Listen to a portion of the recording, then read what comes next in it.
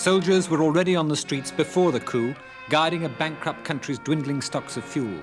Supplies of kerosene for heating and cooking were almost unobtainable, and Chileans learned to wait in line for everything, even for bread.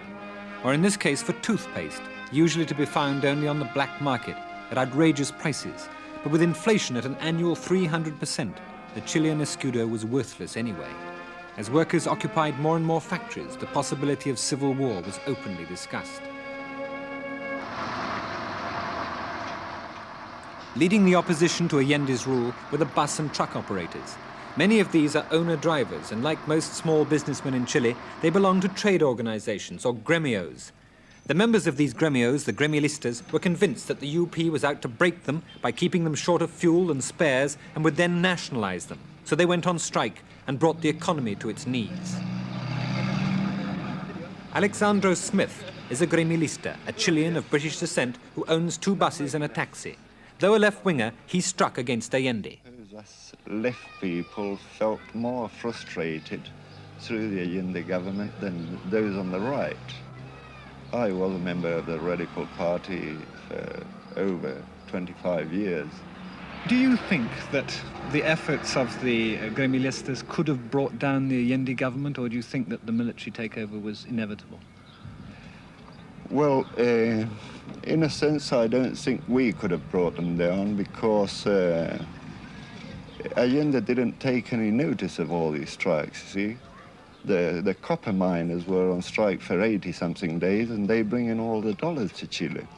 And the government didn't worry about that. We were on strike for over 40 days, and the people had all kinds of trouble to get to work and things like that, and the government didn't take any notice of it. So as far as striking and things like that would bring down the government, I doubt very much if it would. But of course, that went building up a pressure towards the military to take over. Yeah. And I'm sure that 80 or 85% of the people were very happy that the military at last did take the step to which they were compelled to do by us. This farm is one of several thousand in Chile to be nationalized by Allende. The owner was legally relieved of 3/4 of his land. Others were illegally seized. Private investment in farming ceased and food production slumped. For many farmers, the army seemed their only hope. Yeah, I'd given up hope that there would be any military takeover, actually. It was quite a surprise to me.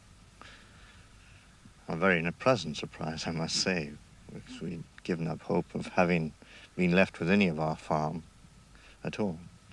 As you say, you were taken over legally, but was there any attempt made in this area to take over farms illegally? Yes, the farm next door to us, they had several times attempted to take them over by force by not allowing the owners out of their house or property. You mean to say they were actually prisoners in their own house? Yes, they were definitely. They were about 3 weeks shut in, that they could not leave their own garden. And although the wife of the owner of the farm was sick, they wouldn't let the ambulance in to take her out either. And the cops or the carabineros here, they tried to persuade the people to sort of let them in and let them out, and there was nothing doing. They just camped out there day and night. In other words, it was just a lock-in.